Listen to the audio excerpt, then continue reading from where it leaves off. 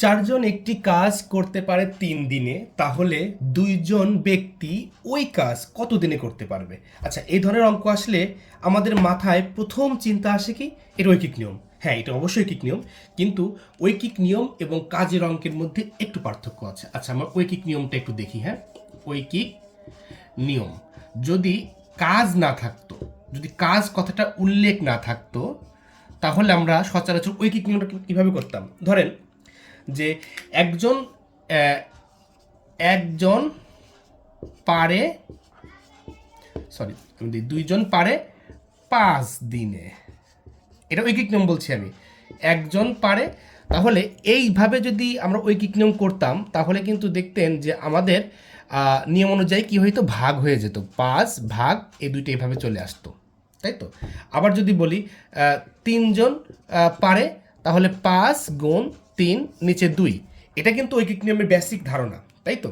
এভাবে আপনি ক্যালকুলেশন করলে একটা অ্যান্সার পেয়ে যাবেন। কিন্তু কাজের ক্ষেত্রে না, একটু ভিন্ন, একটু ভিন্ন। আপনি এভাবে করবেন, কিন্তু একটু ভিন্ন। তো কীভাবে ভিন্ন, সে অঙ্কটা আমরা করলেই বুঝতে পারবেন যে অঙ্কটা আসলে কিভাবে। আমরা এটা মুছে দিচ্ছি, এখন অঙ্কটা করার চেষ্টা করছি। ঐকিক নিয়ম বা কাজের অঙ্কে প্রথমত আপনাকে দেখতে হবে যে আপনার মানে প্রশ্নে কি চেয়েছে।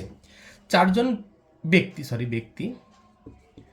একটি কাজ করতে পারে 3 দিনে, তাহলে দুইজন ব্যক্তি ওই কাজ কত দিনে করতে পারে? তার মানে হচ্ছে আপনার এইটা চেয়েছে, আপনার অ্যান্সার মানে দিন বের করতে বলেছে।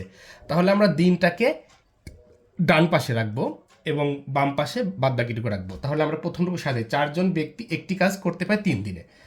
তারপরে লিখে ফেলি যে চারজন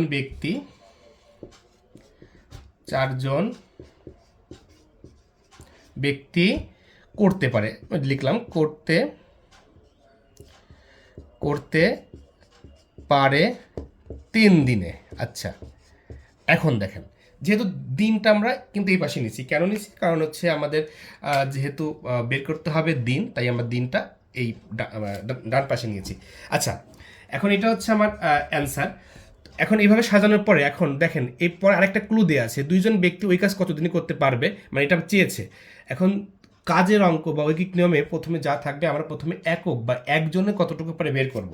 তাহলে আমরা লিখতে পারি একজন ব্যক্তি, অতএব একজন ব্যক্তি করতে পারে। এবার কি হবে বলেন তো? এবার যদি আমরা ঐকিক নিয়ম করতাম, তাহলে 3/4 হতো, মানে নর্মালি নিয়ম অনুযায়ী। কিন্তু এখানে দেখেন কি হয়, চারজন ব্যক্তি যদি একটা কাজ 3 দিনে করতে পারে, মানে 3 দিন সময় লাগে। চারজন ব্যক্তির একটা কাজ করতে 3 দিন সময় লাগে। কয়দিন সময় লাগে? 3 দিন। তাহলে একজন ব্যক্তির ওই কাজটা করতে বেশি দিন লাগবে না কম দিন লাগবে? চারজনে কাজ শেষ করে 3 দিনে, তাহলে একজনের অবশ্যই সে কাজটা শেষ করতে 3 দিন থেকে বেশি দিন লাগবে, কারণ 3 দিনে সে পারবে না, কারণ লোক কমে যাচ্ছে।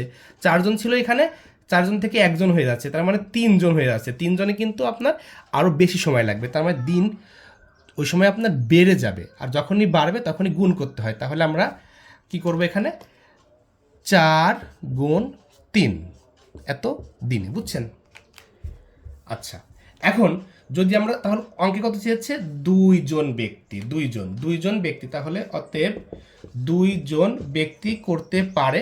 দেখেন, একজনের থেকে 2জন বেশি না? একজন থেকে 2জন তো অবশ্যই বেশি। তো যখনই বেশি হবে, তখন আমরা যখন ব্যক্তি বেশি বেশি হয়ে যাচ্ছে, তখন দিন কমে যাবে, আর দিন কমে তখন ভাগ হয়ে যাবে। তাহলে 4 × 3 ভাগ এই 2 এত দিনে। আচ্ছা, এখন কাটাকাটি করি আমরা। 2 কয়বার যায়? 2 বার। 2 দুগুণা 4, 3 দুগুণা 6 দিনে। এটাই মূলত আমাদের উত্তর। হ্যাঁ, এই 6 দিনে। তো এই ঐকিক নিয়ম এবং কাজের অঙ্কের মধ্যে এই সবই একই রকম, জাস্ট শুধু বেসিক এইটুকু যদি আপনি ধরতে পারেন বা সাজানোর ক্ষেত্রে, তাহলে দেখবেন যে আপনার অঙ্কটা মোটামুটি আলহামদুলিল্লাহ হয়ে যাবে।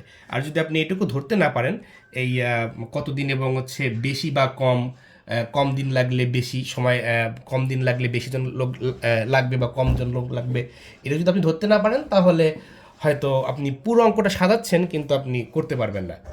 তো ধন্যবাদ সবাইকে। আর যদি কোনো প্রশ্ন থাকে এই অঙ্ক সম্পর্কে বা এই সমস্যা সম্পর্কে বলতে পারেন। যদি কোনো নতুন সমস্যা আপনাদের মাঝে চলে আসে, সেটা আপনারা কমেন্ট বক্সে জানাতে পারেন, চেষ্টা করব সমাধান দেওয়ার। ধন্যবাদ সবাইকে।